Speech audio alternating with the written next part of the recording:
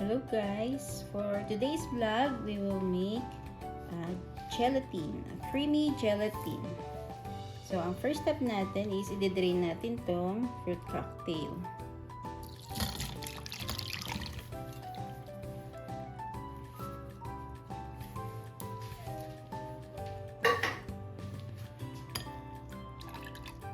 Huwag natin itapon yung syrup niya kasi pwede natin yan gamitin sa gagawin nating gelatin.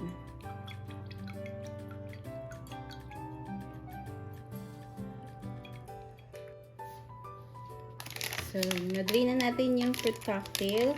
So, dito sa ating Mr. Gulaman na powder, naka-indicate dito na kailangan 6 cups ng water sa isang sachet. Pero, gagawin lang natin siya mga 5 cups each. So, dalawang sachet ang gagamitin natin. So, kailangan natin ng 10 cups ng liquid. So, ito yung ating in-strain na fruit cocktail. Gamitin natin itong pinaka-syrup niya. Meron tayo ditong measuring cup. Lagay lang natin dito itong syrup.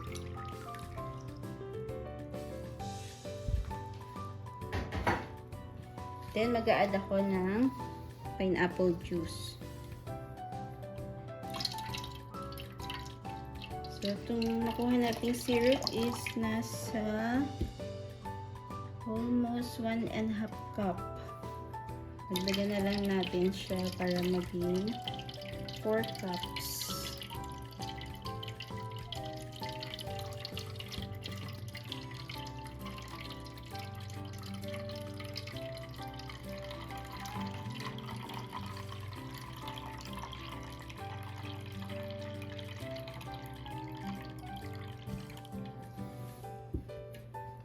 Yan. Lagay muna natin dito itong ating fruit cocktail. Lagay ko na dito itong ating syrup at pineapple juice. So, meron pa tayong remaining na 6 cups. Sali na rin natin itong 2 can ng evaporated milk.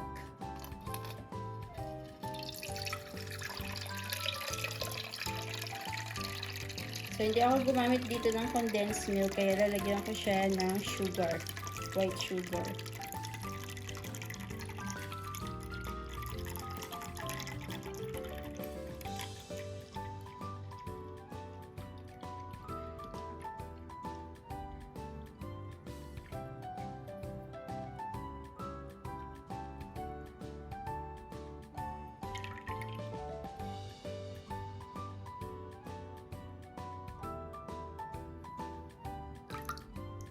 So, almost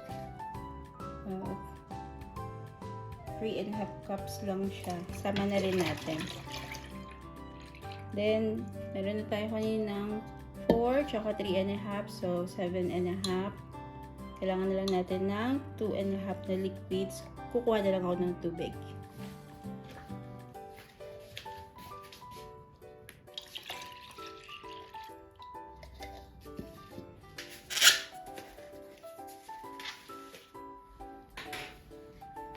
So, nilagay ko na guys yung tubig dito. Nakahalo na siya. Lagyan naman natin ng sugar. Mga 1 cup lang muna. Tansyahin na lang natin mamaya.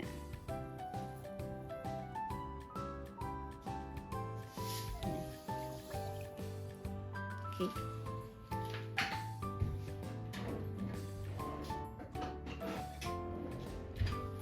Mix lang natin to bago natin i-add yung gelatin powder.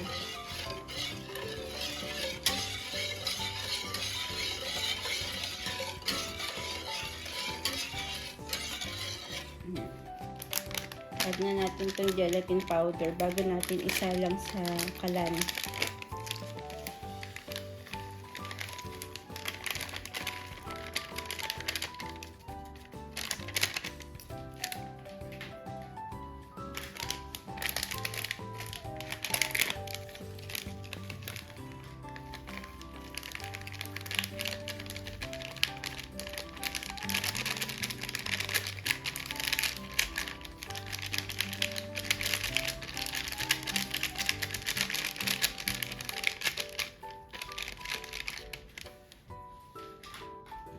Haluin lang natin to.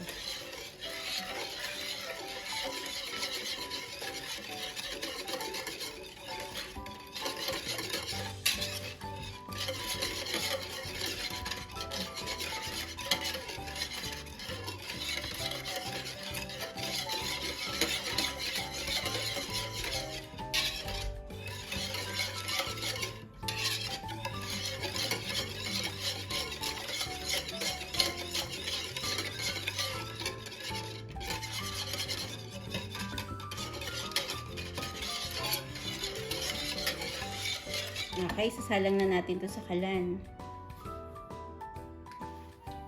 So guys, dito sinalang na natin siya sa kalan. Tapos halu-haluin lang natin siya hanggang matunaw maigi yung mga powder sa ilalim. Pati yung sugar na din.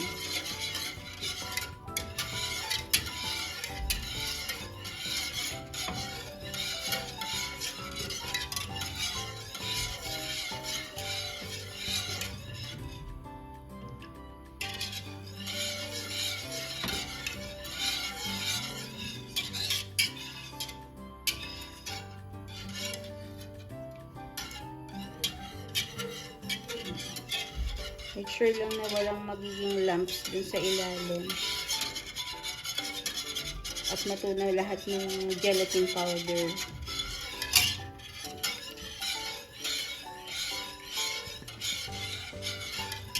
Yan. Hintayin lang natin siyang kumulo. Then, off na natin yung apoy.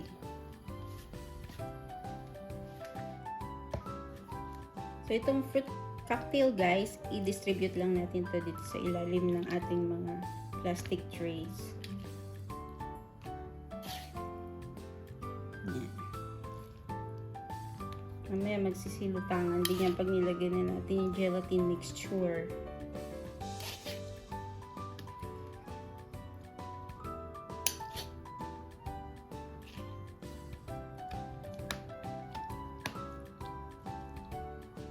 Ako dito ang isa.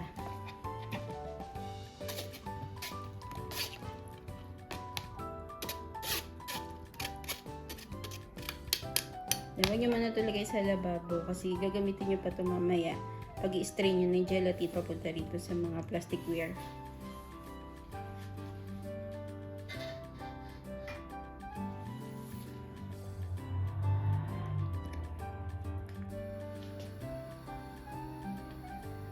Ayan na medyo may kumukulo na siya. Pwede na nating i-off itong ating kalan.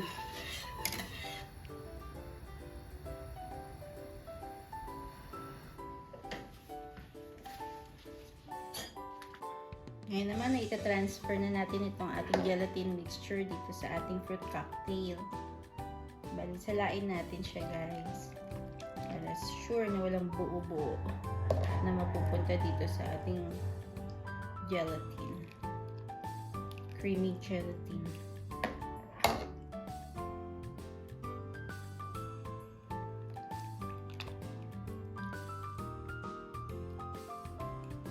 Tulad niyan.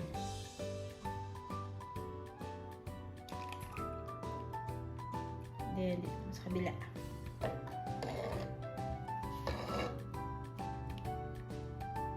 Nag-i-start na kasi siyang mamuo.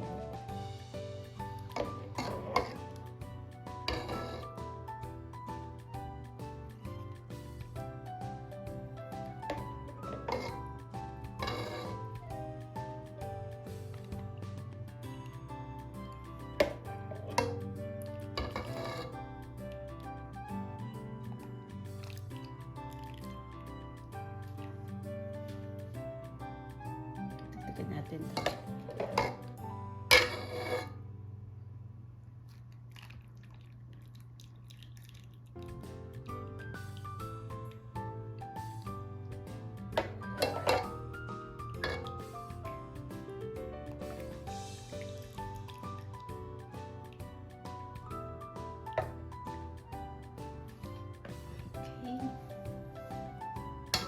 Bali, palamigin lang natin to, guys, dito bago natin ilagay sa ref.